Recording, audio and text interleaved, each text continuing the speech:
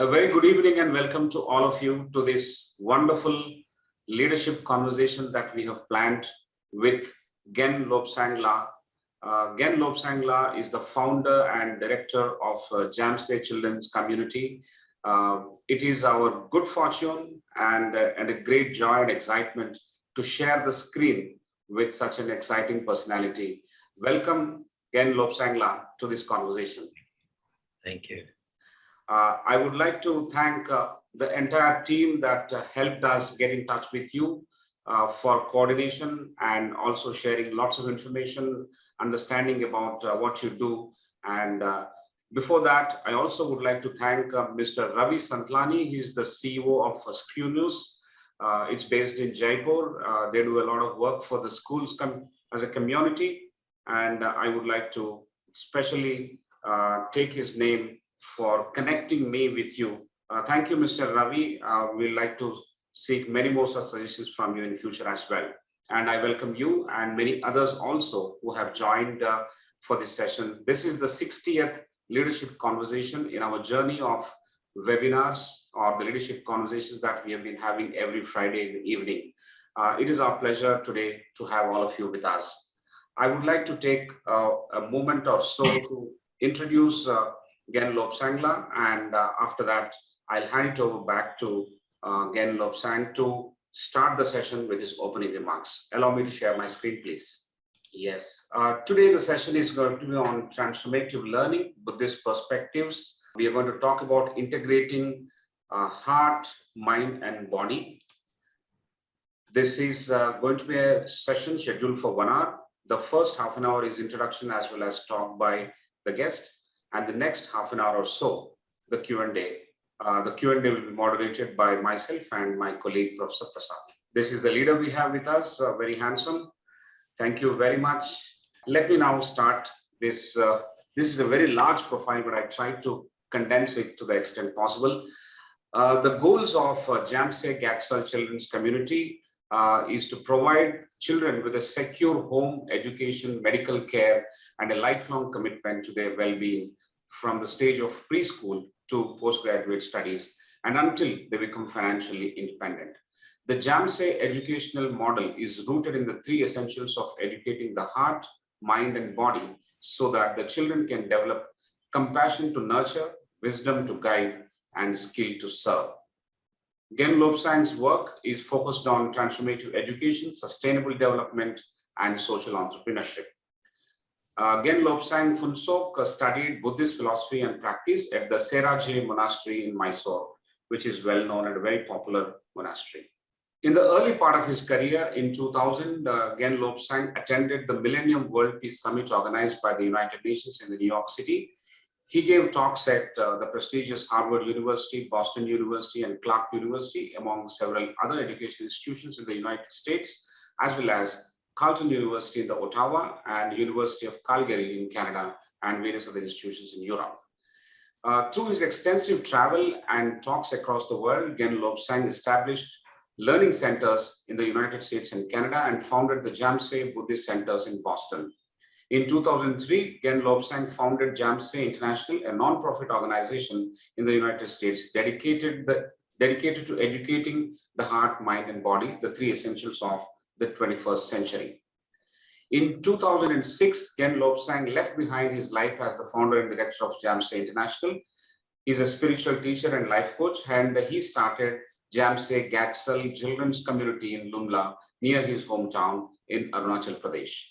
The community accepts orphaned and most at-risk children from nearby villages to give them a chance at life and success.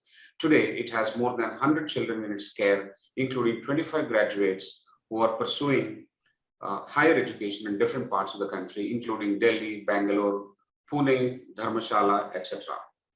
There are several accomplishments, accolades conferred on Gen Lobsang. Some of them are in 2022, Gen Lobsang is invited for a special audience of transformative educators with Honorable Union Home Minister of India, Mr. Amit Shah, to chart the growth and right development of the educational landscape of Arunachal Pradesh and Northeast India.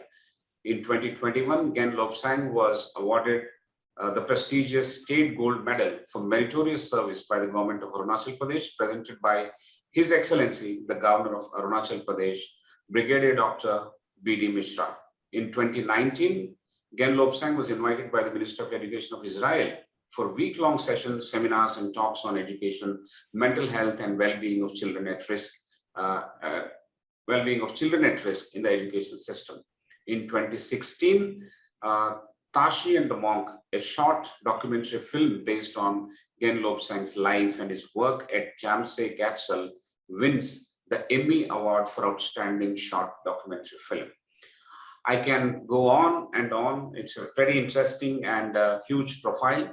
I'll stop at this with your permission, and I request Lebsang to start his opening remarks. Once again, a hearty welcome to you on behalf of ICFAI and all the participants today. I request you to kindly start the session. Thank you. Thank you. Thank you, Sudhakar, Professor Prasad and ICFAI. Thank you everyone who is participating for this discussion today. I'm really honored to be with you today for this discussion. And I realize many of you are from a business background, which I'm very unfamiliar with. And I feel honestly a little bit uncomfortable to speak today. I've been thinking about how I can find a common ground where we all can relate and discuss and make this session a little more engaging and more engaging and interactive. But I was also at the same time so excited that no matter what, being human beings, there are so many things we all can relate and we all can talk about. Right now, the situation everywhere, when you look at the world, we are facing so many different challenges. And I believe that all of us who are participating today for this discussion we are doing everything we can from our capacity and limitation to make this world a better and more peaceful for everybody. So again, this is truly an honor to be with all of you. And I will try, and I hope, and this is my intention, that at the end of session that I could say something useful and meaningful to everyone. So my topic today was transformative learning through integrating heart, mind, and body. So this is something that I have been talking a lot for so many years. And this is something that I believe so strongly that we call at our community the 3 essentials of 21st century, educating heart, mind, and body. And I strongly believe that we all can relate to this. All of us are doing best we can in our own place, with our own limitation, as I mentioned. But I think there is a common ground that we all share. We all share and we all connect to each other. And I can speak from, although I do not have much experience of conducting business or running a business more for the profit, but I think even our community has a business aspect where I could actually share that how and way that we conduct our business, the aspect of our community in this remote place. Normally, way I think is, of course, there is a job which needs to be done, and there is a doer or human or person or doing person who is a doer. This is a 2 very important aspects. And in my limited experience that I learned, whether job is important and not so important, whether job is big or small, the well-being of doer, the happiness of doer is very important. As a leader, one of the most important responsibility we have is taking care of the well-being and happiness and safety of the doer. If leaders can take care of the doer, and I think our doers will take care of the job which needs to be done. So in this perspective, I also think a lot about is, when anything that we start, any business or any work we start, often we are so focused and sometimes overly focused on job. And sometimes intentionally or not intentionally, we tend to ignore the human aspect of the doing. And we ignore the doers, we ignore the human beings, and we tend to focus more on human doing. And that's why like almost every institution is so much focused on training and giving a job skill, the technical skill and basic knowledge to how to conduct a business. And while we do that, and I think at the same, when we forgot, again, there is a human aspect, there is a human being, there's a human being, we ignore that, then unhappiness human beings, the unhappiness employer or unhappiness employer can make unhappiness employees. And unhappy employees cannot never deliver what we expect to achieve, whether it's in our personal life or whether this is in our business setting. So this is very important that I feel, because what we do in this remote place is so important. First, not to thrive, but first to survive. We are at a very remote place right now. That I am in a place called Tejpur because I got stuck because of the rain, heavy rain from last few days. So I'm staying in a hotel and hoping to open the door so I can go up in the Himalaya mountains. And I have to get from the nearest airport is around 17 to 18 hours drive to get where I'm working. So you could imagine that for us is always, the survival is a big question. We often cannot think of thriving because we often have to put so much of our energy on how we can survive on a day-to-day basis and months and years. So while we do so, there's so many in last 16, 17 years that I see the impossible things become a possible. And one of the main reasons is I've always found, and I always believe strongly, is that when leaders take care of the happiness and the well-being of your team, and they really do take care of the job that you wanted them to accomplish and you wanted them to get done. So that's why the educating heart, mind, and body becomes very important to me and very important to us. Very important to us. Reason is, again, as I said, whenever we join to any company or any organization, they're always the leaders first focus on let's train and give the technical skills and basic knowledge to get that a job. But what I think of is, you see how important it is.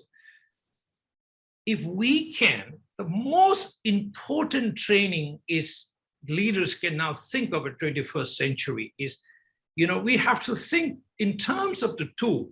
I think three biggest tools that we all have is our heart, our mind, and our body.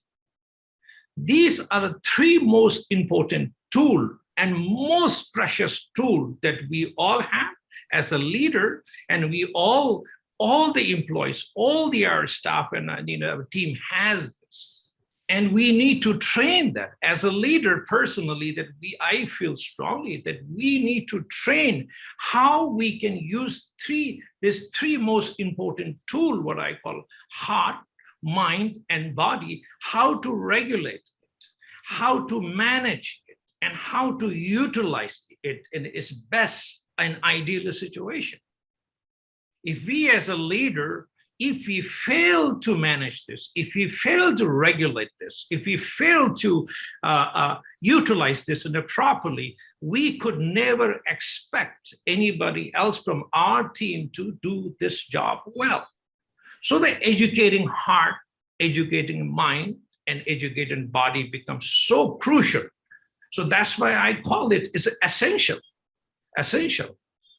In the 90s, maybe, in the Western world or in a modern world, the term, the emotional intelligence becomes very popular.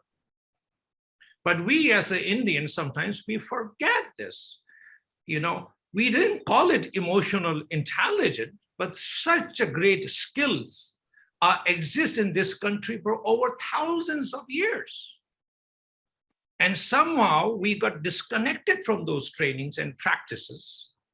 And now it's coming through a West. And then we often pay more attention when it comes from the West, or when it's coming from Europe, or when it's coming from America. We tend to pay more attention to it. But now that most of us, we know how important it is to educate a heart, how important it is to educate a heart.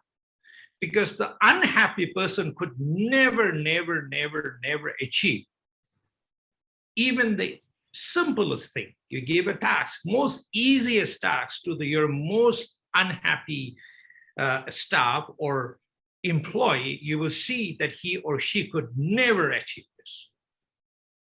The happy employee, the happy staff, the happy person, or the happy leaders can achieve even the impossible things. They can get done impossible things. So happiness matters.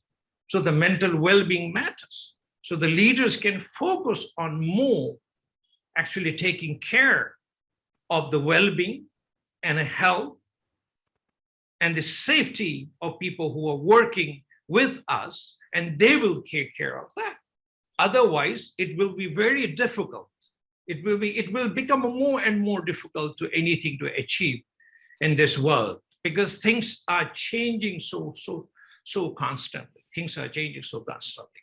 So now I would like to talk a little bit about what I really mean when I talk about educating heart, mind, and a body.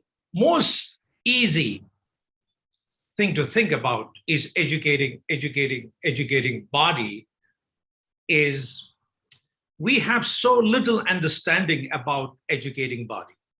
Of course, we talk about somebody to train with a certain sports, maybe the football player, the cricket player, but we don't think there are so many more things that we as an educator or the educational leadership can take more responsibility about. And I normally call that, in terms of my fingers, these fingers are some of the most uneducated fingers. Reason when I say that, and we have amazing carpenters in our community, and when I travel, we see so many amazing artists, how much they can draw and how much beautiful things they can create and build from their fingers. When I look at them, and then when I reflect on these fingers, and I feel I have the most uneducated fingers, And our emphasis of education is always been on the small part of the brain, and then we ignore it. So when we look at one whole person, even for me that I'm thinking about, when I look at my whole person, and my entire body actually, maybe the 95%, more than 95% is uneducated. Is it basically wasted resources sitting there, so basic things. Sometimes I even cannot do the basic things when I think the whole physical body, I think about, from here. So I do feel that my eyes are so uneducated. I was with my friend, and he took me to this amazing museum, amazing painting in Europe. And then she was so excited showing everything. And when I look at those paintings, those arts, I couldn't even enjoy and please myself. I look at this, what is this? I don't really get it. And when she was like with energy and so much enthusiasm and so much exciting, that I could see that she's getting goosebumps while she was trying to explain about piece of that art. And I was just looking at the same piece of art, and I was like, basically feeling nothing, basically numb. Eventually I learned to see beautiful things through my eyes, through educating my eyes, through educating my eyes. And I know so many people, when they come to the remote place like where we exist, and they are really difficult to see the beauties in a nature.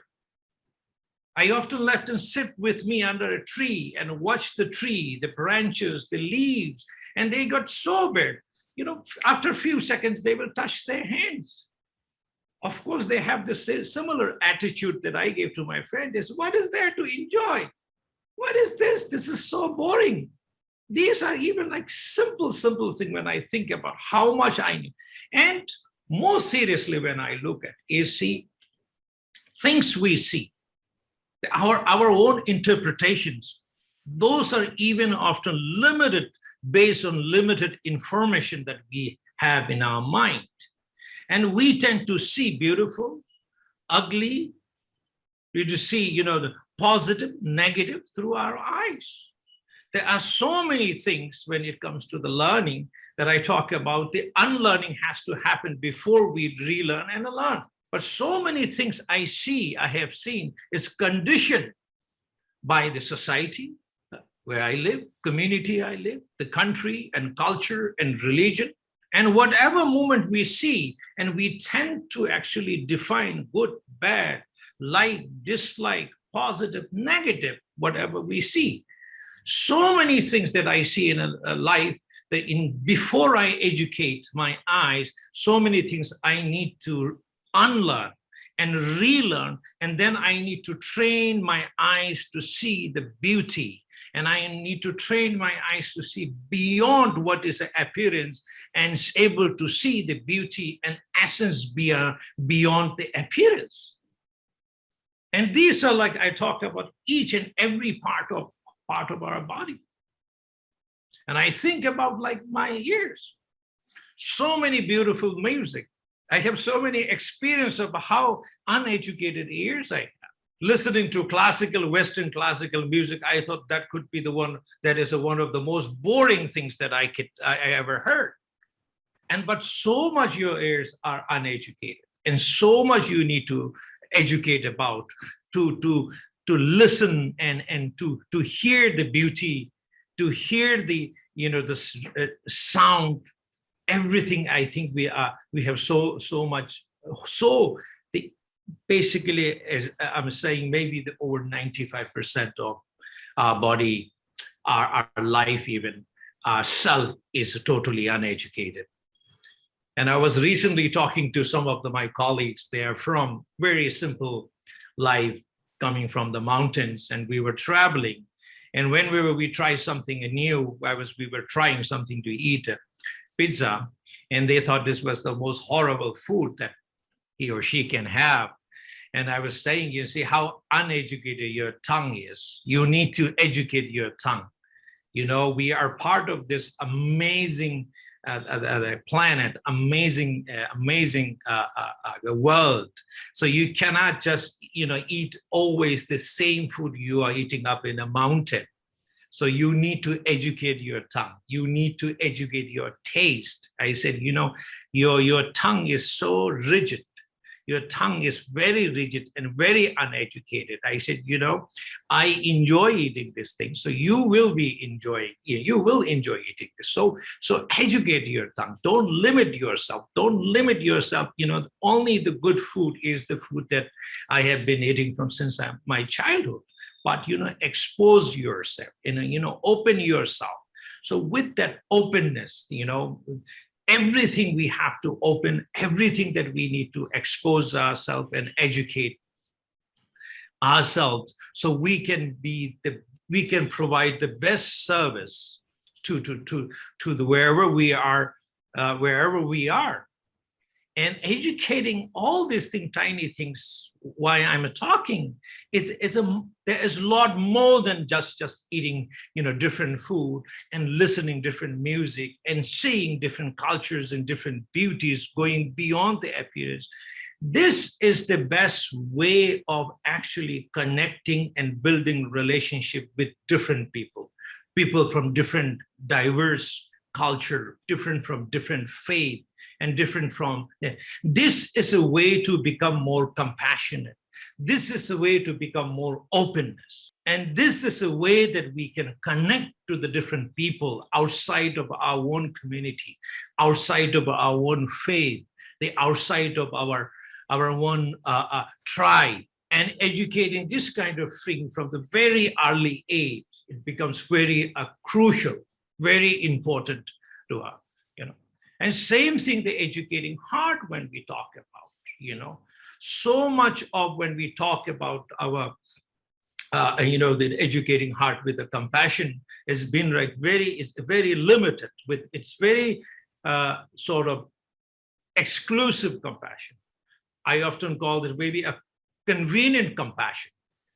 Whenever it's a convenient, it's a convenient compassion. It's very exclusive, that people we like, that we practice compassion.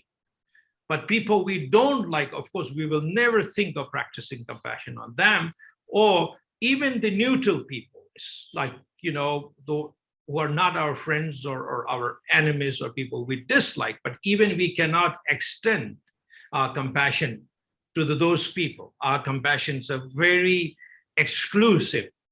And even for very limited people, the exclusive people, and even for them, that our compassion is often a very convenient compassion.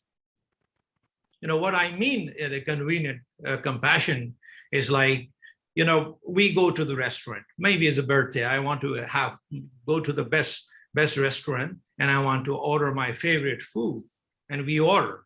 And then, we cannot eat all, and there's a leftover. We ask people to pack that. And then we say, okay, let's pack this, and I want to give to somebody outside. And we think that is a compassion, but that's very convenient. It's a convenient compassion because it's actually we are making convenient for ourselves. The real compassion should be more inconvenient. If we can practice compassion when the situations are very inconvenient to us, and then we could tell that I am truly a compassionate person, or I do have a very compassionate heart. But most of the time that we practice only the convenient compassion. We don't really give the best that, the best thing, the best food that we like. And we always look for the very convenient way to practice compassion. So these are for, the educating heart is important from, I strongly believe, from the very young age. As we get older, and these are they become harder and more difficult for us to train and practice. But if we emphasize or focus on training from the young age, from the very school level, I think these future generation will definitely become more compassionate and kind and caring when they grew up. So these are certain aspects we focus in our community, and I think this is also very applicable to wherever we go.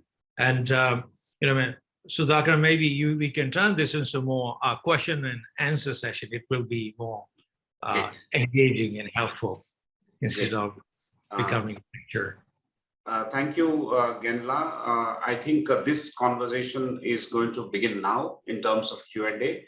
But in the opening remarks, I am extremely thankful to you for putting forth in such simple terms, in terms of what we come across in our day-to-day life, examples of what we look at, examples of how we limit our own mind and body. We restrict ourselves without harnessing the potential of our mind and body, and therefore our multiplier force is something which we are losing, which we are not able to actually function fully. In fact, in your own words, you mentioned that 90% or 95% of our body is uneducated, or our heart is uneducated, and it is limited to that extent.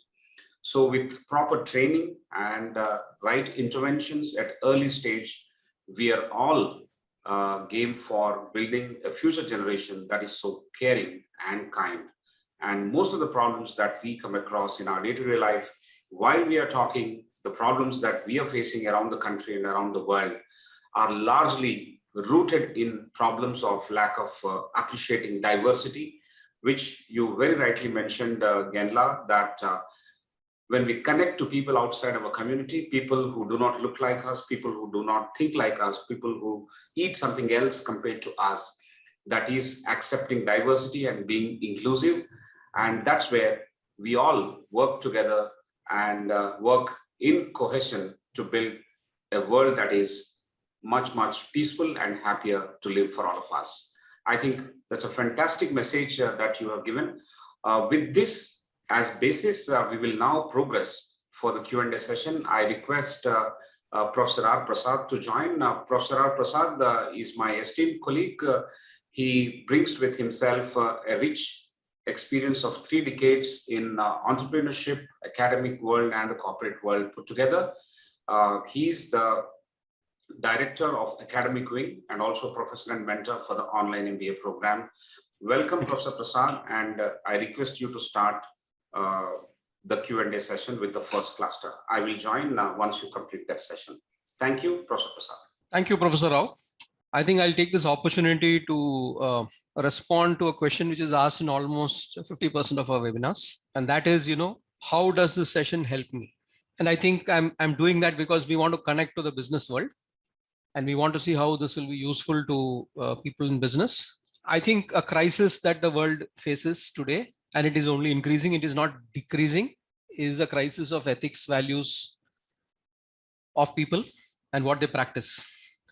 And this discussion has entered the business world. And particularly after the last decade, the 2008 crisis, which was centered around money, I think this has taken center stage, and it has been introduced in the form of a course in almost all business schools. I think it's also a crisis of leadership when it comes to organizations, when a lot of people feel let down, when somebody gets into the practice of being unethical, and all the others who are contributing and who had their values in the right place find that they've been left in the lurch. So I think it's extremely, extremely relevant. We also find from the business field that there's a lot of literature, a lot of discussion going around purpose. And today organizations are taking pride in declaring their purpose, declaring their values, and trying is a key word, to see how they can implement it. So I think this trying is where we come in. And I think a lot more needs to be done, not just in business schools where management education is given, but also in the world of practice, where we have our own moments where we need to be far more human. Even though you may be human at the other points, I feel certainly that all of us pass through those moments when we could have been more human. And I think that's where the challenge lies, and that's where the entire connect comes. To add to it, there is a well-used theory in management which is called the knowing, doing, being theory. And it originated coincidentally with the US Army for leadership training. And it is used in business schools. There is literature where people try to see how are you connecting these 3 into what you're doing. Because if the centeredness is not there with being coming right in the middle, then the remaining of it is of no use. Just knowing and doing doesn't help. So it becomes the task orientation that Sir was talking about. Too much of task orientation coming in, that Sir was talking about. I think these are some points which I just wanted to introduce to say that these are far, far more relevant than techniques and methods which we use to become more productive in whatever we do. Because this is a direction. This is human evolution. And I think in today's world, business dominates, money dominates, business drives politics, business is setting the agenda. So therefore, it is extremely important for us to have these discussions and see what little we can take away from each of these. So that is in the form of setting a context and connecting between what Sir said and what we in the world of business, whether in education or in the world of practice, look at, sir. Now I come to the first question, sir. The first question is a bit personal. It is about where did you get the motivation to go on this mission and journey, sir? This is a wonderful question. It's the, yeah, maybe we could call it motivation, but it's also sort of a fuel or the energy.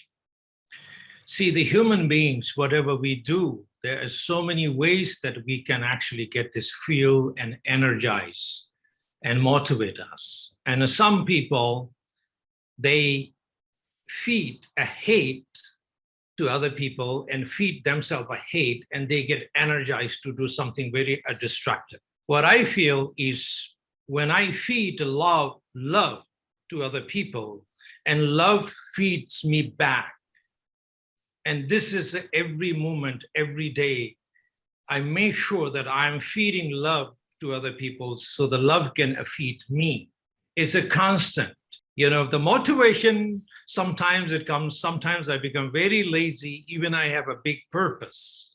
But the energy, it's like a fuel to the car that constantly I am moving and constantly I'm doing, is I make sure that my real fuel is love.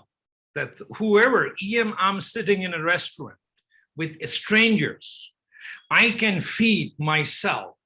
If I feed that person with the love, and that person will feed me, the love will feed me back. And I get excited. And you're sitting with a stranger you never met. And during that short period of the dinner or lunch when you're alone, and you can have amazing things you could discuss, and you can get done so many things. And, you know, it's constantly is things. So wherever I go, so the real energy is coming from, for me, is the love. So love what I'm doing. So it doesn't have to be directly related to educating children and feeding children and you know, supporting them. And that the ingredients is a love wherever you go. So you make sure that, for me, at least it works. Because I don't know, maybe it's a motivation or something, because I always find a way to feed love. So the love always feeds me back. And wherever I am. So this is my true energy behind. I don't know, this sounds fantastic, sir. Fantastic, sir. I think your response has come from the being. It has not come from the knowing or the doing. And I think that what you have told us is actually a practice. It's something that we need to be moment to moment when we are sitting along with somebody else. It's not something that happened to us and it is there in our memory.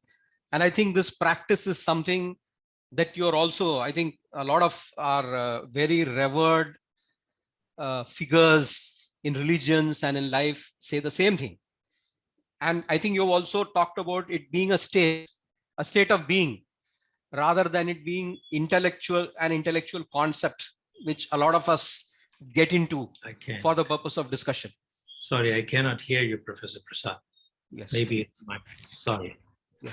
Is it audible, sir? Thank you. Yes. Yes, thank you. Maybe it's my, yeah, thank you.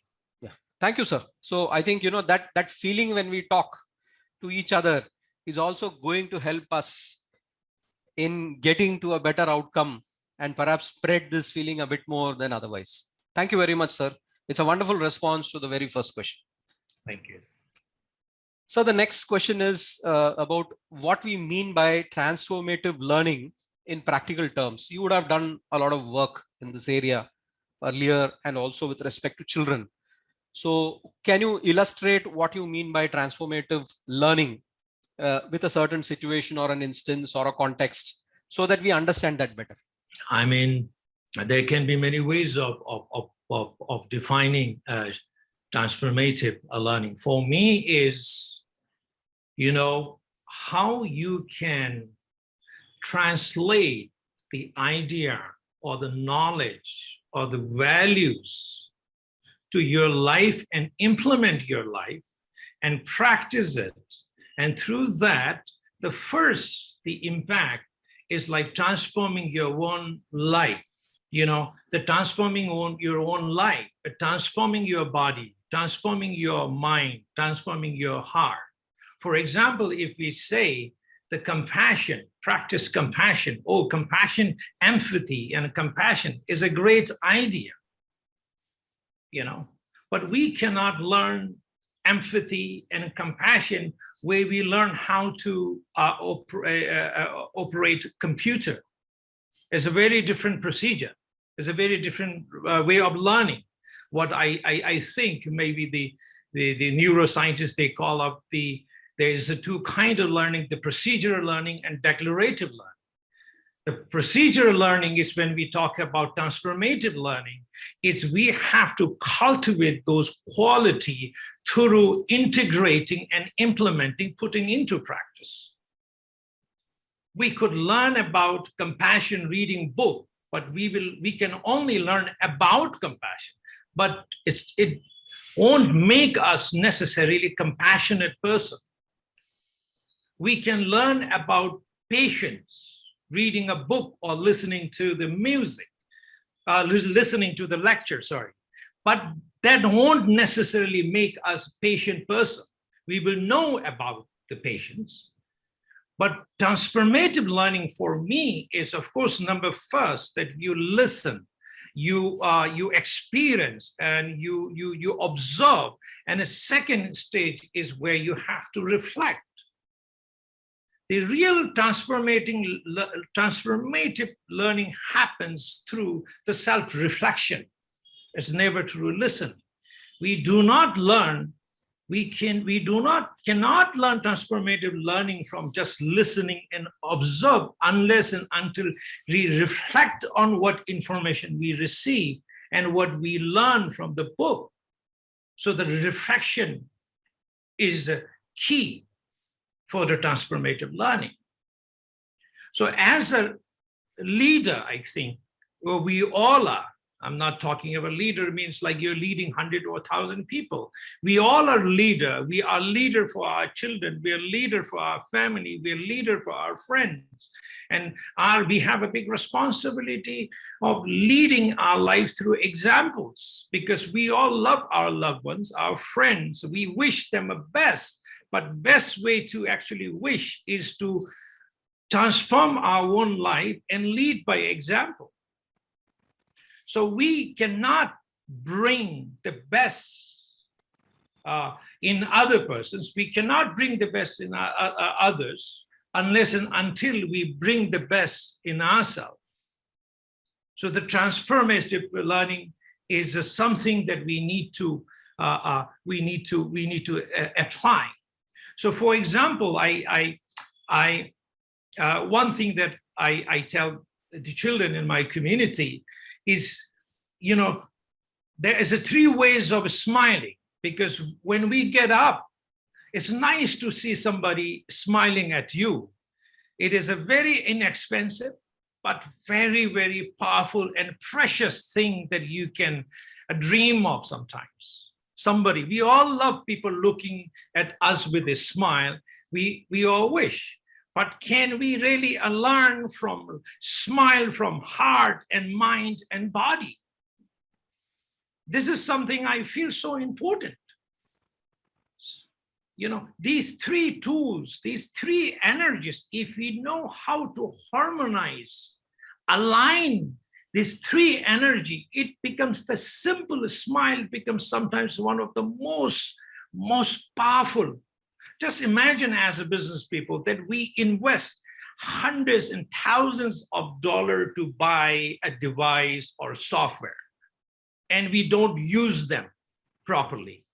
Of course, the boss is gonna scream, this is a waste of investment.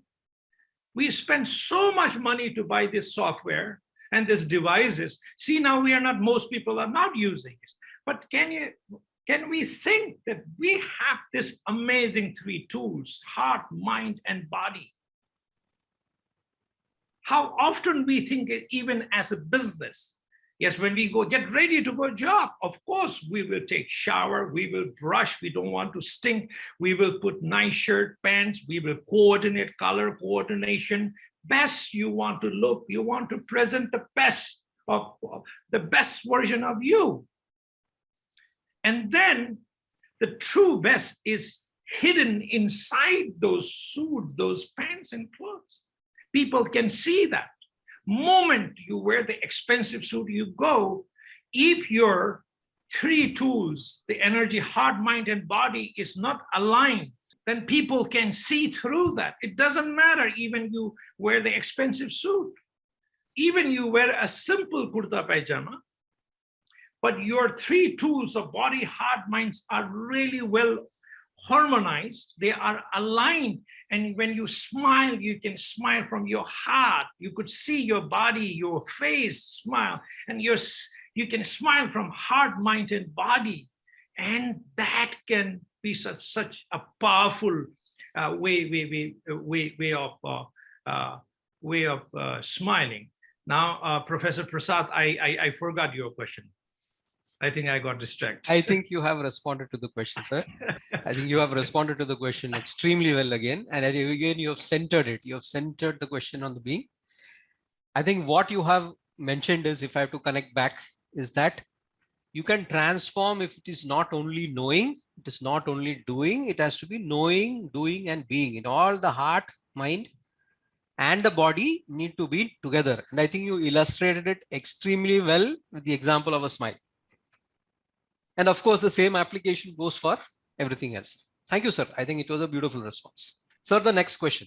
When you undertake this mission of transformative learning, and you would have had a lot of experiences in doing so, what sort of challenges have you seen in integration of the body, the mind, and the heart? And there have been a lot of questions. How do you do it in school? How do you do it with maths? How do you do it in higher level of education? How do you do it with people who are working? So the contexts are many. But what kind of challenges? You would have seen a number of settings in your travels when you're doing this. So what sort of challenges do you see impeding this, which will inform us in our own contexts for trying to improve and see how we can integrate better? That's the setting of the question, sir. What has been your experience on the challenges? I think the biggest challenge is humans' mindset. Our mind is very rigid. I think this is due to one of, the way we were educated. We were, the education system we have is it's basically so rigid, and we cannot think and go beyond, although that we emphasize. I think the definition of the modern education system is so rigid. The purpose of modern education system is only to actually, maybe the highest goal we can think of is the economic gain, and basically turning human beings for the servant or the labor, turning into a labor to achieve this ultimate goal of the money or the wealth.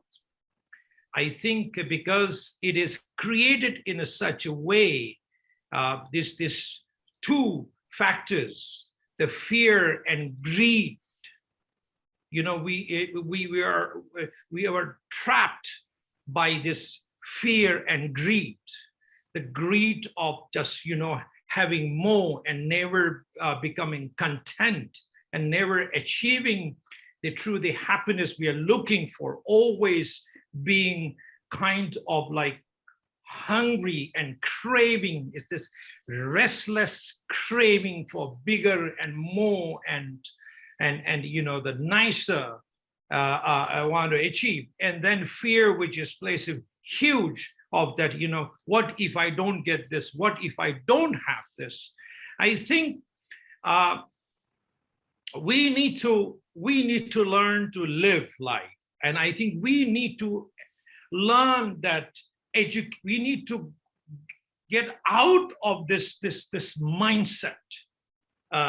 There's a much more than money. Of course, the money plays a big role in this. Of course, the money definitely has a space to make things happen. But I think that we as a human needs to see the bigger picture. Otherwise, I think eventually this mindset will lead us to ultimate destruction of entire planet. I'm not talking about one family. We could see that, the individuals destroying their life for this ambitious, this greed and game of this greed and fear. It's never going to achieve. I mean, think about us, take our own examples, like happiness, the achievement is always a far, far, far, way far away. It's never, nobody achieved this. You think about the happiness. I think of, when we are in a school, we think, okay, I will be really happy if when I finish my high school, and we forget to ask people who already complete the high school, are you happy? We forget to ask. Then we complete the high school. Then we say, okay, I will be really happy and a peaceful and amazing person if I get into this college. Then we forget to ask, who already got into that college and completed college. And we just keep chasing that, And then, finally, if I get a great job and wife or husband and 2 children, then I will be really happy. And then again, the stupid thing is we forgot to ask people who already have a job, finish the high school, college, have a good, decent job, have a wife, husband, and children, are you happy? Then finally we will say, no, now, if I get to retire, I will be really happy. Then we retire, then we keep chasing. And I think we need to learn how to enjoy the process, It is okay to have an ambitious goal. I don't blame that, it's ambitious goal. But I think the problem is where our attitude, where we look at those goals. If we learn to enjoy this process. So what I see, the biggest thing for me is the people's mindset, the implementing the education, which educating heart, mind, and body, is the mindset is one of the most challenges that I face all the time. And even today, with my colleagues, with my staff, whenever we talk, and it's a mindset, but I think the practicality of this is so simple if people open. That's why so much of unlearning has to happen when we think of preparing the future generation. We cannot build the future generation based on education system and thinking and mindset we have right now. We cannot expect the different future doing the same thing, the century-old same stuff doing, and cannot expect a different result. So I think the mindset of adults is the biggest obstacle. Thank you, sir. Again, you've hit the nail on the head, and you've also responded to one of the queries which has come up from our beloved colleague, Dr. Samyadeep Chakravorty. So he wanted to know how one can be flexible. I think you've hit the nail on the head, and you've also responded to the question. I think some of the ways by which you can become more flexible is by seeing the bigger picture. And I think sometimes we do this when we get a shock in our life, like somebody passes away, etc. But I think seeing that bigger picture when we are living daily lives is even more important. I think another implementable or something that we can actually practice, you said, is enjoy the process. Relax and enjoy the process, whatever you're doing, understand it, enjoy the process. I think you also suggested that we review our attitude to goals that we have for ourselves. And you mentioned that big point about unlearning. I think in a way, the younger generation has very clearly is demonstrating to us that we are not going to listen to you. And they do it in so many ways. And I think one of the prime reasons for doing so is that I think the way we have been disciplined and obedient to our elders and followed whatever has been happening in terms of systems, it's not worked. And I think it's very evident to them. that as far as the world goes, things are not working the way they should be, and therefore they need to be relooked at. Thank you very much, sir. I think with this, though I have some other questions in this cluster, I'll hand it back to Professor Rao for the next set. Thank you, sir. Thank you very much, Professor Prasad. Again, Lebsang, I think the interesting part of the discussion is there are several layers to it, and it's getting deeper and deeper as you explain. It is sounding more profound at one moment, and it is looking simple, also practicable as well at the other. And we are juggling between profundity and simplicity every now and then as you are talking. So we are enjoying this as much as I am enjoying. I'm sure all the participants are also enjoying this. They're lapping it up. Sir, I will focus on a few questions for want of time. These questions are more on application-oriented questions. And for example, you have embarked on a journey which is extremely noble, which is how hugely useful for a variety of communities that you deal with, and you integrate them into your folds, and you teach them a new education system and make them actually highly result-oriented and highly successful, apart from integrating the heart, mind, and the body in terms of being successful in a wholesome way. But sir, one question is that when you integrate the students from dysfunctional families into the school ecosystem, especially in a day school, there are challenges. What is your suggestion? How do we go about it? How do we integrate children from dysfunctional families, especially in day schools? I think the two most important thing I talk to the educators, whether you're educators, where you are leaders, where you are, whatever you do, if we all have somebody in our life that we feel sometimes to give up, and we feel that, no, this is not gonna change. Number one is, of course, the patience. You must have. Number two is actually faith. It is important to have a faith. And number three is when you have a faith and when you have a patience, then you can hold the space for that person. And if we make sure that from our side, these three, the components are there while the struggling person exists or is a presence in your family or in your campus. These three ingredients is very important. I talk about the educating and healing is so much as the farmer's mindset. That's why the name itself of our community is Jhamtse gatsal, means the garden of love and compassion. Reason is every human being, every child is a seed of compassion and love. It means they have a potential to heal themselves, and they have a potential to heal everybody who's around them in the world, if we can give them a chance to heal that. And they have potential to that. We do not need to become obsessed and stressed, fixing and fixing them and healing them. And they have a potential to heal themselves. We should have the gardener's mindset, where that we have to hold the space with the hope and patience. What the gardeners, farmers will do when they plant anything in their farm, there are two important qualities you will see. One most important thing is a faith.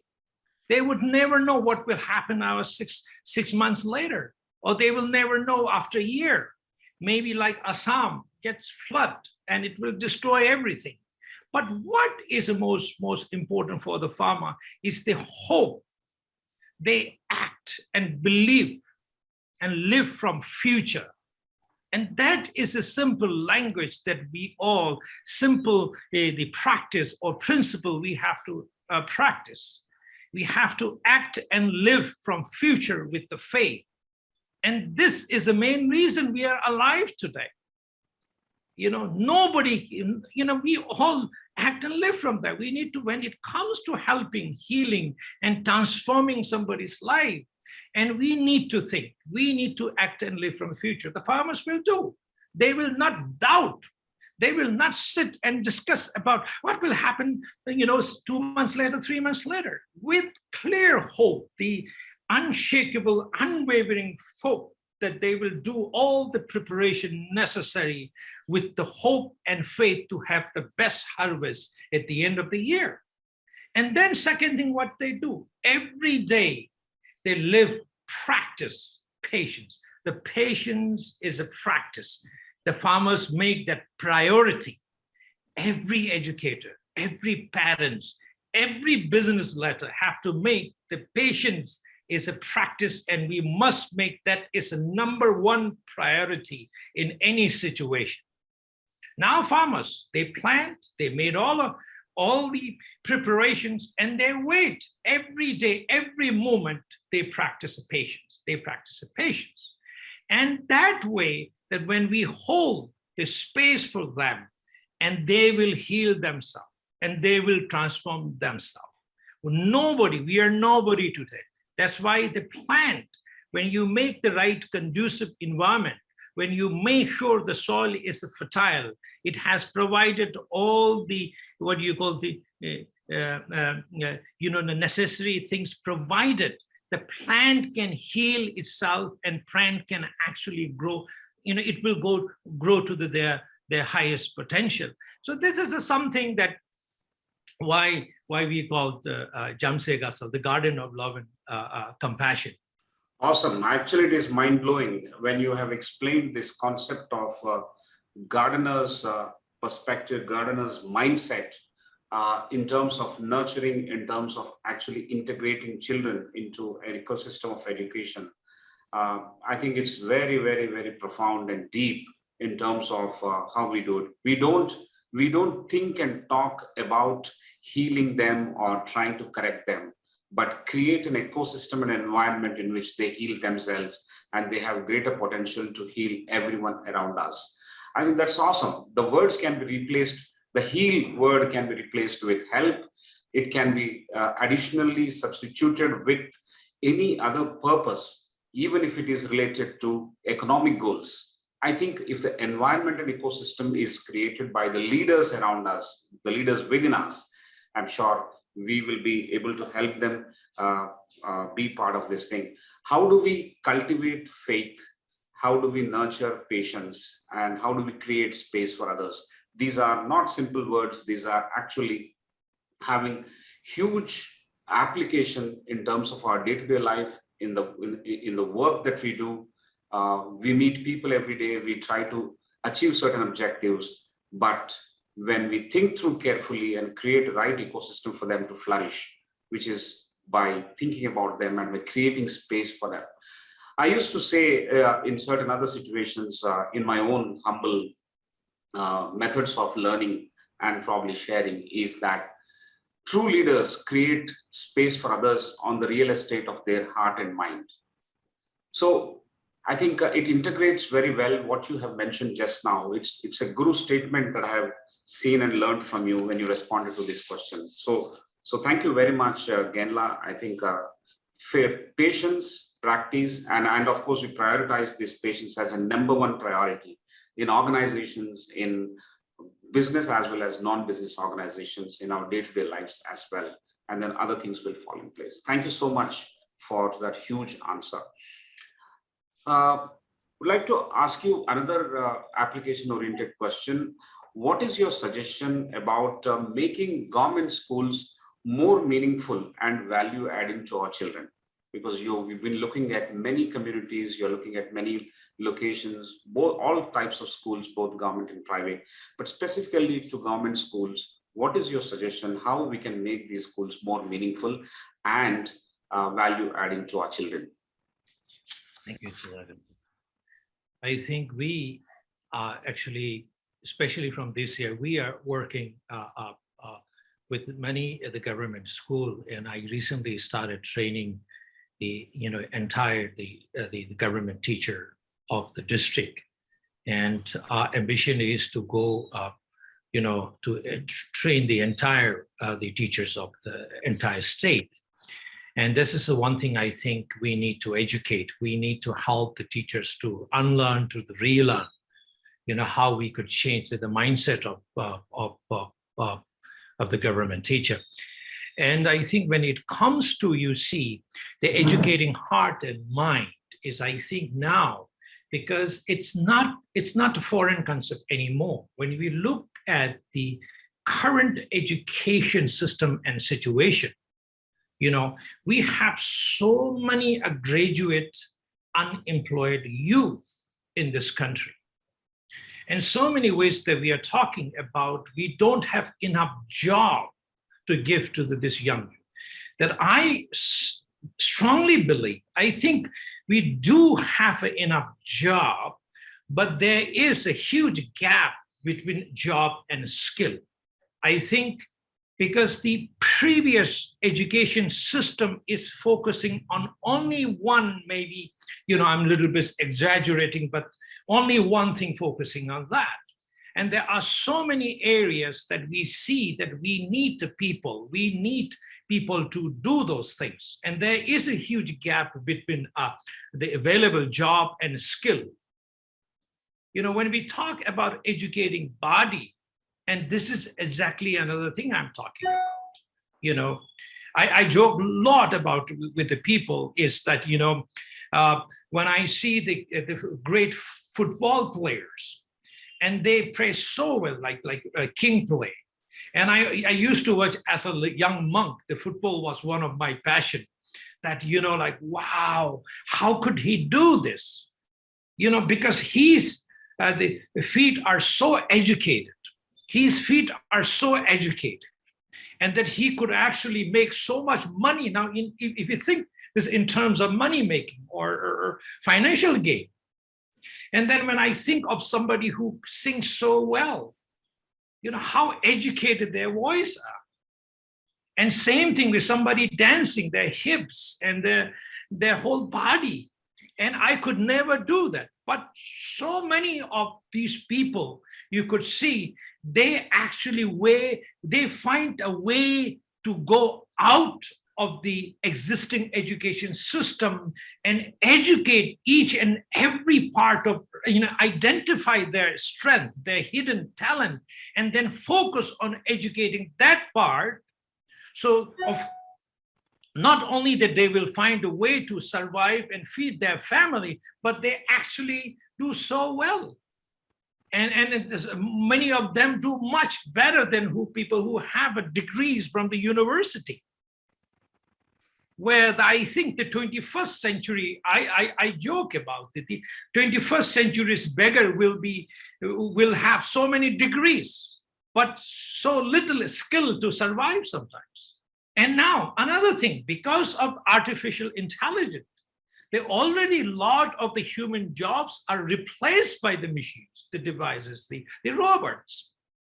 And people are forced to think certain skills the robot cannot actually be replaced by the robot. Only humans has to do. Could be the compassion, emotional intelligence. Every educated leaders have to think through that for future.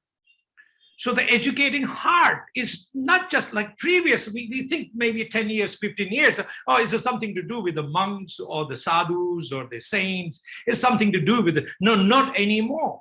There are so many research that it is proving that people who have a high emotional intelligence, and they do much better than compared to who has a high level of IQ. The 90%, nearly 90%, the emotional, the intelligence, nearly the emotional intelligence counts for the nearly 90% of what sets high performer from apart from the appears with the technical skills and knowledge. And even when you think from the business perspective, the cultivating compassion, empathy is playing big role, I think.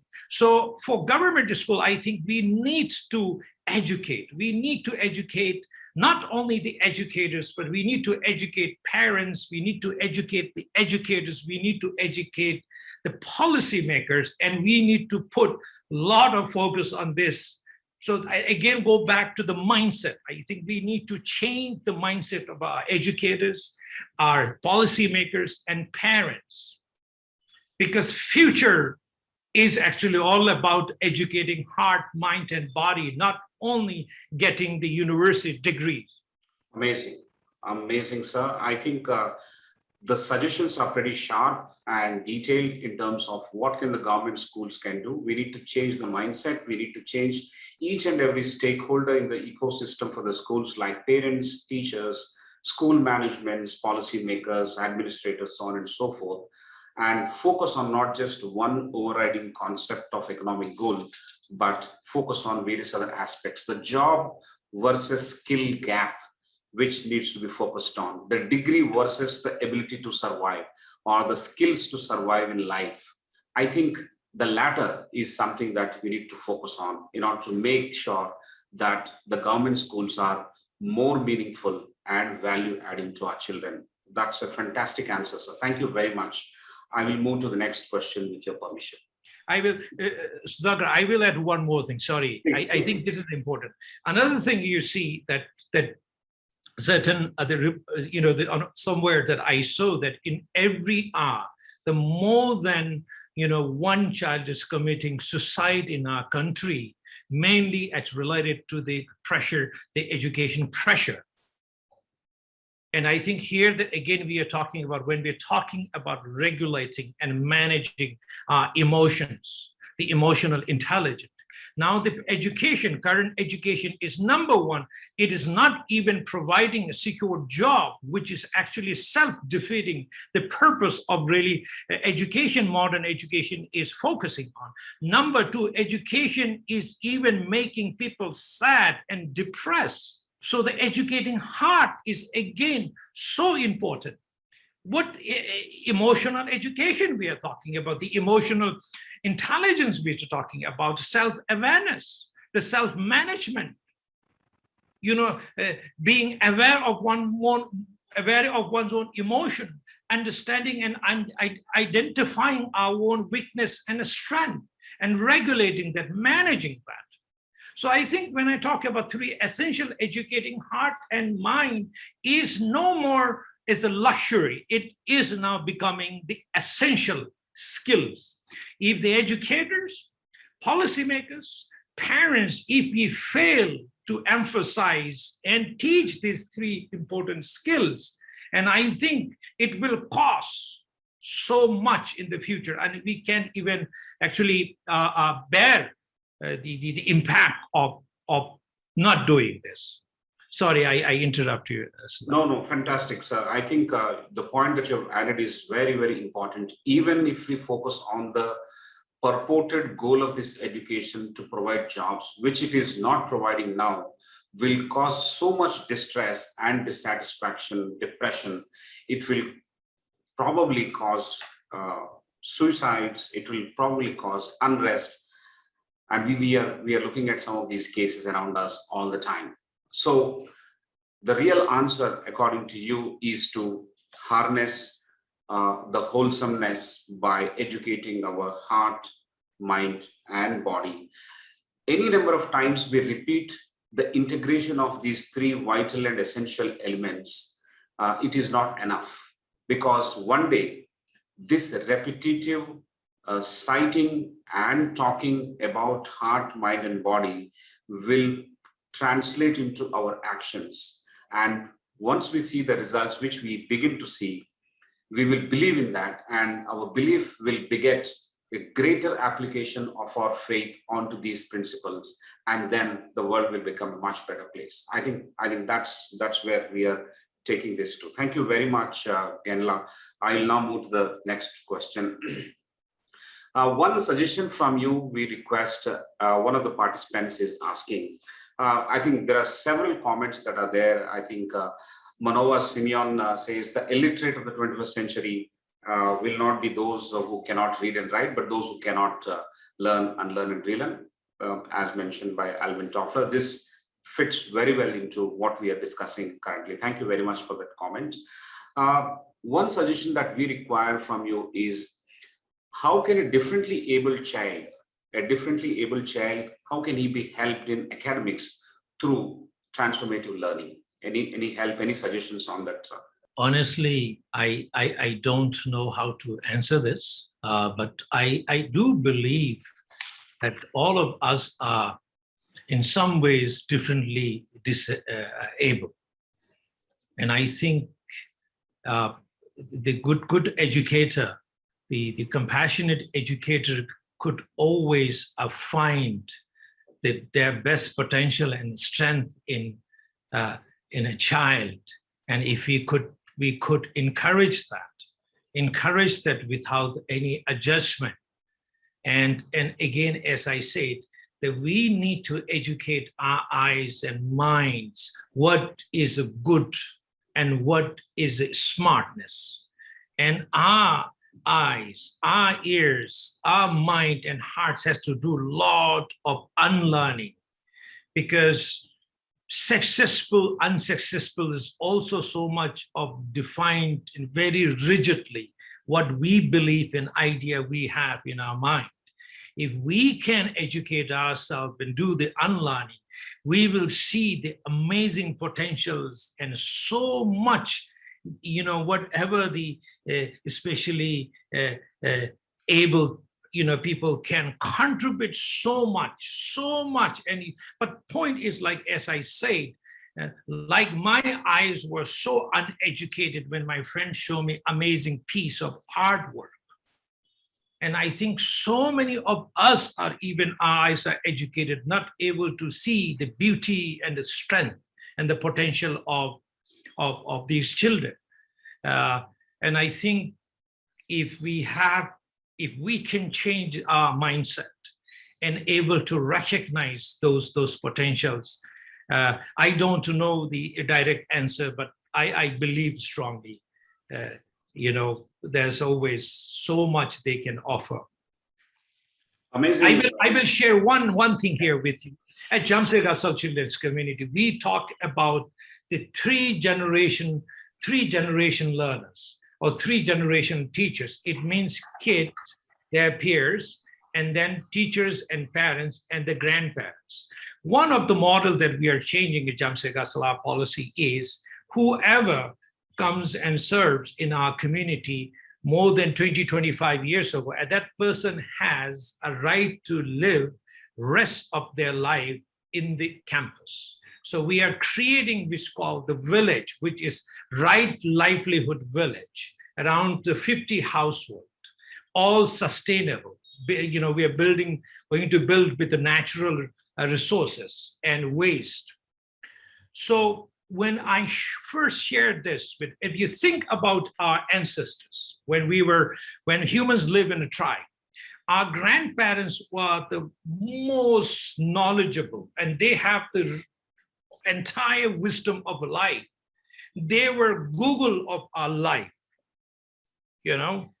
And every time the villagers, younger generations, then when they face a problem, they go to the older person in the village and seek their advice and guidance, how to handle situation, how to move forward. The modern education, or the modern society, I should say, it is taking away and thinking the older people are burdened. It is too costly, expensive, and we are separating them. And who is gaining is only the business is gaining. Where it is hurting most is our grandchildren and parents. The biggest damage, we are hurt, is on the grandchildren and our parents. The gaining, people who are making this business out of this. Now, people say this is too expensive, Lebsang, to keep these old people.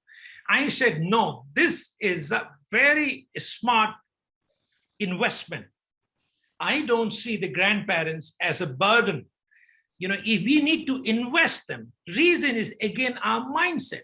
We don't able to see, we are brainwashed. Once you're 60, retired, you're no more worth.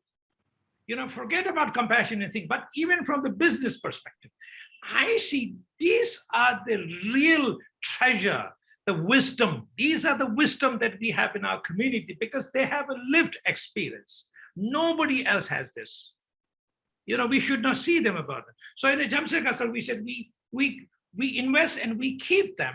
And then people say, who's going to take care? I said, our grandchildren, our younger kids, every day they will go. One of very important class would be spending 2 hours with the grandparents.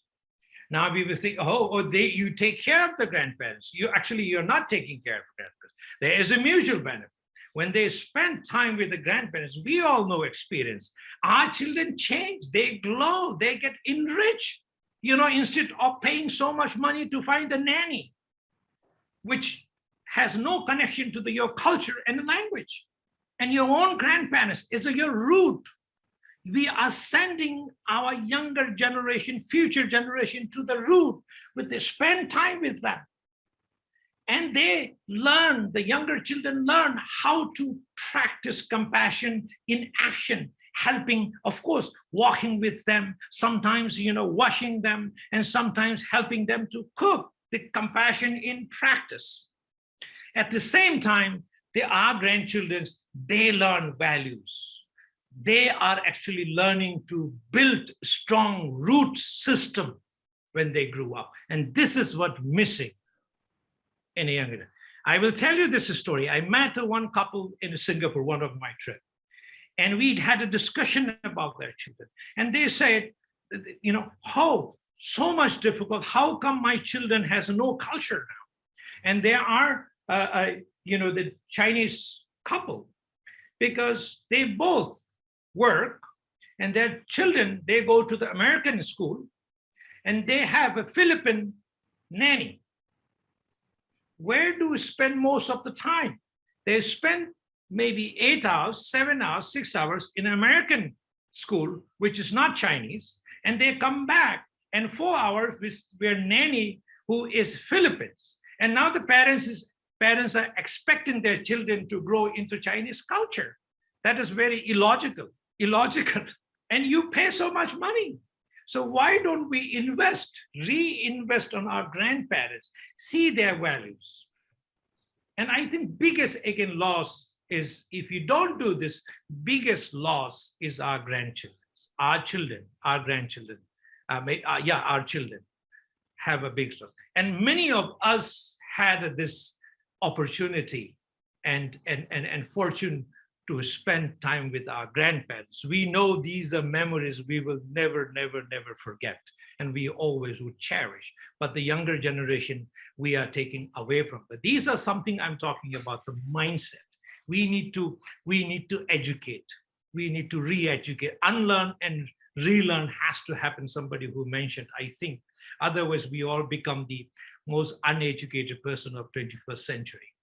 Because the 19th century, 18th century, 19th century, 20th century education is already falling apart. It did not prepare us for the 21st century. And I think we need to get out from that system, unlearn all the things and relearn, and at least for our future generation, for our children or our grandchildren, we need to unlearn and relearn and prepare them for the brighter and better future that they deserve. So I think mindset is so important. I'm actually amazed at the most tangible example that you're given now with what you are practicing at Jhamtse gatsal community. That is to create the right livelihood village, sustainable living. But beyond that, the rooted learning is how we were all getting connected to our grandparents, the good old days of learning from the grandparents, getting schooled in the value systems, learning compassion and various other aspects by observing them and spending time with the grandparents. I think you're recreating that, and that's a very, very huge tangible benefit that makes. And you also say that it makes business sense to actually do it, in the sense all our purposes, all our objectives are well connected if we have such innovative approaches to bring back each of the stakeholder to their roots of learning. I think here in this case, the kids and their peers, if they are connected to the grandparents, they will learn a lot. And that integrating of heart, mind, and body, that harmonization will eventually take better shape. I think that's a fantastic, fantastic strong point that we are talking about. There's a huge element of guidance as well as to how we proceed. I'm very happy and thankful to you, Genla, for that response. One quick question. I will ask Dr. Sangamitra Patnaik to raise her question herself. We'll open the window for you. But before that, a brief response from Genla I would request is, how do we create balance between technology and learning? The world we are witnessing currently has got several compulsions of harnessing the technology, at the same time achieving the objectives of learning. How do we create that right balance between this technology and learning? Yeah, the technology is definitely going to be part of, no matter what part of our life. Definitely we cannot actually ignore that. And I think it will also has a lot of the benefits we ourselves experience. And of course, the way we use it and how we use it actually has to be very, very careful. Otherwise, it will have more damage than and benefits to us. And at Jhamtse Gatsal Children community, we often talk about tech-free day or tech-free week sometimes, just to completely shut down everything and the practice, be with, and the human connection, the nurturing human connection, and taking a break from technology. But I also talk about the simple things about, not the meditation, but I talk about me dating. It's similar with the meditation, me dating with oneself, dating with oneself. So if you have a new girlfriend or new boyfriend, I'm sure you will make sure the moment you meet that you actually turn off your phone, not even put in silence, and maybe you will even avoid bringing your phone in the middle, because this is so exciting. You cannot afford to lose that girlfriend or boyfriend. You don't want to get distracted when you're looking at checking your phone messages. I think it is very important for all of us to have the everyday, if possible, dating with oneself, what I call me dating, where the rule is turn off your phone or do not bring, if you're walking phone with you, and just completely physically be present with you now, body, heart, mind, and body. And your heart has to be 100% with you, and your mind has to be 100% with you. And now practice the me dating. What we do when we date with somebody, when we meet the new girlfriend or boyfriend, we put the best shirt or best, pants we have. And we should do this for ourselves. Because you just say, I have a date today. And it is the most important date. You cannot have a happy date with your girlfriend if you are not happily dating with yourself. First you need to be happy with yourself. If you're good at happy dating with yourself, and you will always have a happy dating with your spouse or with your girlfriend, boyfriend, and putting that. And then going on walk, or maybe going to the restaurant. Don't go with the friends, just go with yourself and order your favorite food and just sit with oneself. All three, I said, all body, heart, mind, be with him, sit there and it's talking nicely about yourself. Say something positive. Think positive and do positive. Here's the third thing. Think positive, say positive, and be positive. And these are something that I encourage. If you may not be able to do this, but every day possible, an hour without the phone. Just say, this is my dating time, very important date with myself. So I'm not going to take my phone. Tell your wife or husband, I'm going date with myself. And if you cannot do this every day, if you could do actually twice, if possible, a week, you could see how it changes your life, how how much the positive impact that you will experience when you detach from that. So just don't say the negative. Oh, I don't want to use phone. Just say I'm going for a date. You're not actually saying negative. Yeah, I have a date. So from this hour to this hour, it's something I think we all can do if we set up a discipline, a purpose. Amazing. While technology is useful to our lives and work, we also need to practice shutting down and working on human connections. And that itself is a detox. And one credible, practicable way of doing this is dating oneself and falling in love with oneself and giving that kind of importance to oneself and thinking, seeing, and being very positive of yourself and your surroundings. It will have the spillover benefits with others. You love yourself, you're compassionate to yourself, you will be in a better position to share that love and compassion with others. It begins with self to start with. Fantastic, sir. Thank you so much. I'm overjoyed, and I'll now open the mic to Dr. Patnaik, who would like to ask you a question. Dr. Patnaik is a professor at Kalinga Institute of Social Sciences, Bhubaneswar. Over to you, Dr. Sangamitra. Much privilege, sir. Thank you so much. And namaste to the great speaker. And namaste to Professor Sudhakar Rao and Professor Prasad. And to just modify, I'm in School of Law in KIT, that is Kalinga Institute of Industrial Technology University. And my query is actually the fully answered, but yes, I just want to give my observation that kindly I'm placing this before you. Integration of the heart, mind, and body creates a beautiful symphony to make our learning much pragmatic. That is synchronization of I with we. The real challenge in our field of education is that what we teach or learn only by using mind and heart and body are not integrated. We notice the impact of it in our society today.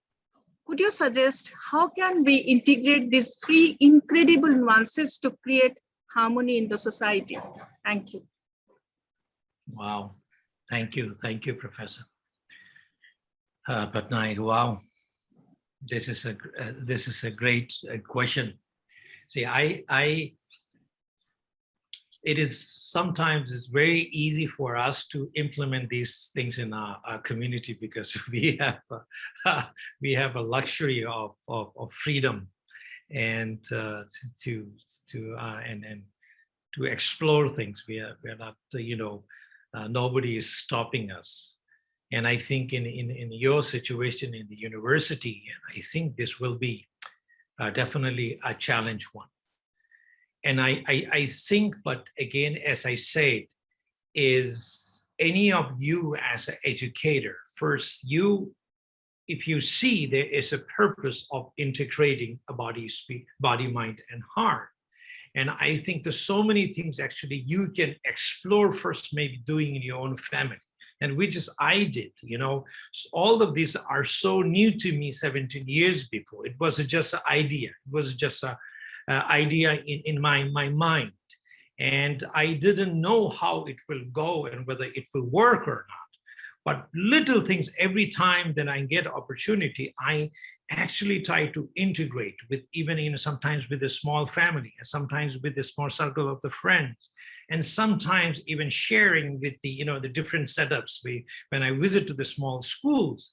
And I think anything that you're trying to do, I don't know if this is not a very specific question, but I think you will always find a way to do, because these are, we think, again, I said, is our education is brainwash us to see everything as a separate entity. And we all know it is not separate entity. There is a relationship between language and math and science and social studies. These are not separate entities, but we are brainwashed to see that as a separate entity. And we have to work, and we have to actually go a long way before we can make this kind of applicable to everybody. But somebody has to start this. Now we think of, we are forced to see our mind, body, heart are totally separate. They are not. And we know this is not, these are part of one system. These are part of one system. You know, so that's why again, and honestly, I'm sorry, I don't know how to answer this in the right way, but I would encourage that you know, you could actually explore a lot and see whatever the specific situation you pick up and you try that. You give actually, even, you know, you guys are smart, you guys are professors, you guys have so much knowledge. I think it wouldn't take much time for you to explore to this, you know. I think there's always a way. I am also in a process of learning and transforming. It's truly been the transformative learning. So many new ideas I am struggling, and then I take time to explore, and how do I implement this, and how do I integrate this three thing in this situation. So yeah. Sorry for not able to answer, but thanks for your question. Thank you very much for this loud conversation, Genla. I think while sharing your own wisdom, you have also helped us see what are the challenges, and most of it looks like it's difficult to implement, and sometimes it looks very easy to implement as well if you practice and believe in it so much. I think that's where it is. There is one comment here. How does one self overcome self-importance? I think this is a question that has evolved over the period of last, say, half an hour or so. How do you overcome self-importance? The one is to love oneself on one extreme, be filled with love and compassion so that you are in a potential, in a place to share love and compassion with others. The other extreme is how do we overcome self-importance? Dr. Babu is asking this question. See, the true love to the self is not actually separate from loving others. The true practice of love and compassion, one has to understand the underlying, the system of our existence, the interdependence, the system of interdependency. If you truly love yourself, you know, you cannot just ignore the rest. Truly loving yourself is truly loving entire humanity, entire the world. So it doesn't really, again, separate us from the others. Wow, that's again profound. Thank you so much for that. You're loving yourself is not loving, it is not different from loving to your mother. Loving yourself is not different from loving to your grandparents. Great. You know, you are the part of this generation coming from many 100 million years ago. And each and every, you know, you are the product or the creation of so many grandparents, so many parents who survived, who came to this world in a one-time come. So when you love truly yourself, you're loving entire the gone generation, and you're loving entire the future coming generation. And where you exist is, you see, then you could see that you are not the one single entity which exists there separate from everything else. No, you are connected to that. Great. Loving yourself is loving the entire world around you. It is no different from the union in which you exist and you live. I think true love will only disclose the benefit of taking everyone along with you. I think that's the message. Thank you so much, Genla, for that. But I was reading some of the transformative leaders who talk about certain techniques and tips when they explain these concepts. For example, how do we train our body? We train our body to understand our body ourselves first, like the way uneducated fingers, uneducated feet and all. It is all limited by what we are conditioned to think. That is the starting point. So some of the solutions given by them is to pursue, say, yoga or play sports and do many other things. Sensitizing or exposing oneself to multiple things which one did not hitherto pursue. So yoga is one example that they have given where you can understand your body much, much better than you have ever understood it. So yoga integrates the body into your mind, and so that is one solution about body. The second one is meditation. We talked about meditation. You talked about mediating. That is again trying to understand one's own mind much, much better. And the third one is writing part. That is journaling part or writing part, expressive writing. You sit down and write about what you feel, and then you connect with yourself and your thoughts properly. So that is about integrating heart. I think these are some of the sort of suggestions that we read when we look at these transformative leaders and their solutions. So it really gels very well, and that's what most of the participants are trying to understand. How much is implementable, how much is practicable, how much we can do. But some of the solutions and the tips that you've given are so simple, and it is laced with belief, it is laced with an immaculate sense of faith in the power of emotional intelligence, for example, which you mentioned, that they are more effective and successful compared to those who have higher IQs. If you don't have emotional intelligence, you will probably lose in spite of having higher IQs at your disposal. I think, yes, it is falling in place. It is making greater sense for us. And this discussion has been so worth its while over the last 106 minutes that we have spoken till now. Thank you very much, sir. I would like to take your permission to conclude this, and we have lots of other questions also, but we will write to you. We will seek your responses for those questions. Questions are unending. There are various questions about leaders, leadership, women leaders, challenges, managing oneself in terms of a plan versus actual result. What are the things that restrict managerial successes? Yes, some of the answers have come from you. We can actually place it very well. Once we do a summary of this conversation, which we will do after a couple of days, we will share with our participants. We will also share with you, sir, so that you can correct us in case if there's anything missing. You can fill the gaps, and then we'll make it public after you help us take it forward.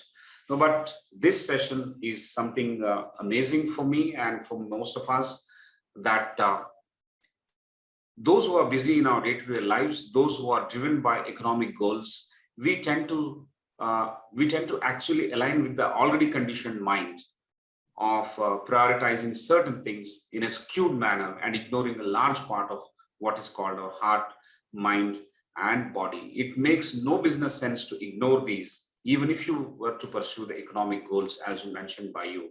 In every walk of life, as an educator, as a leader, as a parent, as a policy maker, as an administrator, whether we are in government work, whether we are in private work or in a non-profit work or NGO, I think everywhere we have a greater opportunity of integrating our heart, mind, and body ourselves first, so that we can tap into greater potential that all of us possess and share the same with the fellow beings, with our colleagues, with our team members, with the citizens around us, and we can make this world a much, much better place. That's a beautiful message that you have given us. You have exhorted us to invest in some of the most important things like sustainable living, invest in grandparents, create them as a force to reckon with, to help the younger generation to keep in touch with them and seek value systems they pass on. And then the centuries old systems of human connections and the value systems that we have come across should continue. And your initiative and your interventions of Right Livelihood Village will definitely ensure this. And wherever it is possible, in our own homes, in our own ecosystems, we should plan and definitely take this forward. And above all, the most important thing I'll take home is true love. Loving oneself truly also means loving everyone around us. And these are not two separate ones. For example, if you love yourself, as mentioned by you, you're also loving your mother, you're also loving the people around you, loving the people in your village and the society that you live in. That is an amazing transformative learning masterclass that we have had from you, sir. And we cannot thank you enough. Thank you so much. I would also take names of Ms. Vasudha Vanchu, who has coordinated seamlessly for making this happen. She's currently in the US. In spite of odd timings, she has coordinated with us and made this happen. Huge thanks to Ms. Vasudha Vanchu. Also to Humaira Farheen for coordinating with us. And the third one is Teke Subba, who I troubled a couple of times to ensure that you have received the information that we are sending out on the email. All these people have contributed immensely to making this happen. Not just making this happen, but sharing this benefit of your presence and the benefit of your wisdom to all the participants who have joined us on this show, both on Zoom as well as on Facebook Live this evening. All of us are hugely indebted to you, and truly the 60th conversation that we are having with a leader like you is full of wise views. Your wisdom has actually strengthened the title of the theme of the whole exercise that we've been doing for the last 60 conversations, more than 1 year now. I think you have given us a reason to celebrate the 60th conversation like this. Again, Lebsang, thank you so much. Thank you so much. Ladies and gentlemen, I want to thank you for your participation, your enthusiastic questions that you have shared at the time of registration. Please continue to do that. The 61 will happen, the 62 will happen, and the 100 also will happen. Every Friday evening, we will be back with fantastic leaders like again Lebsang Phuntsok. Next time at 4 p.m. on the next Friday, that is 24th of June, we will be back with a leader by the name Dr. Bhaskar Enaganti. Dr. Bhaskar is going to talk about a very interesting thing of how we can have online networks which can be useful for social good. What is the potential and precaution? I think it's a very, very nice opportunity for businesses and social entrepreneurs, educators, and everyone to understand how this space is growing and how we can contribute our bit. Because ICFAI, as an organization, we are embarking on a special journey called Digital Street.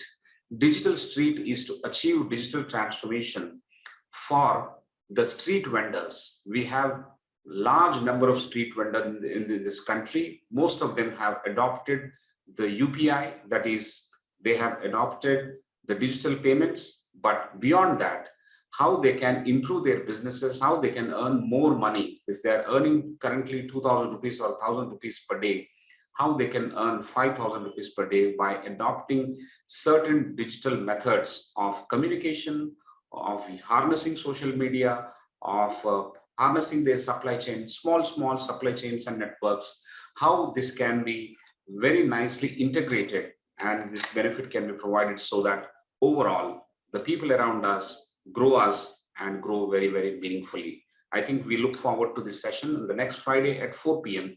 and I request all of you to join. And as I said ever, we are hugely thankful to you for your support and contribution. For now, Lebsang Phuntsok, thank you very much for this time and presence and expertise on transformative learning. We will remember this for a long, long time to come, and we hopefully, most of us, implement the aspects that you have helped us to learn, in the sense that we have to try and do a lot of unlearning and then relearn. But at least this session, we have picked up most of the aspects, and we go home and reflect and probably take it forward for our own benefit in whatever we do. Thank you so much, sir. Thank you so much. Thank you. Thank you, Professor Prasad. I'm sure you also enjoyed the conversation like the way everyone is enjoying. Thank you very much for that fantastic, stellar opening cluster of questions that you raised, and it has set the tone for the entire conversation. Thank you so much.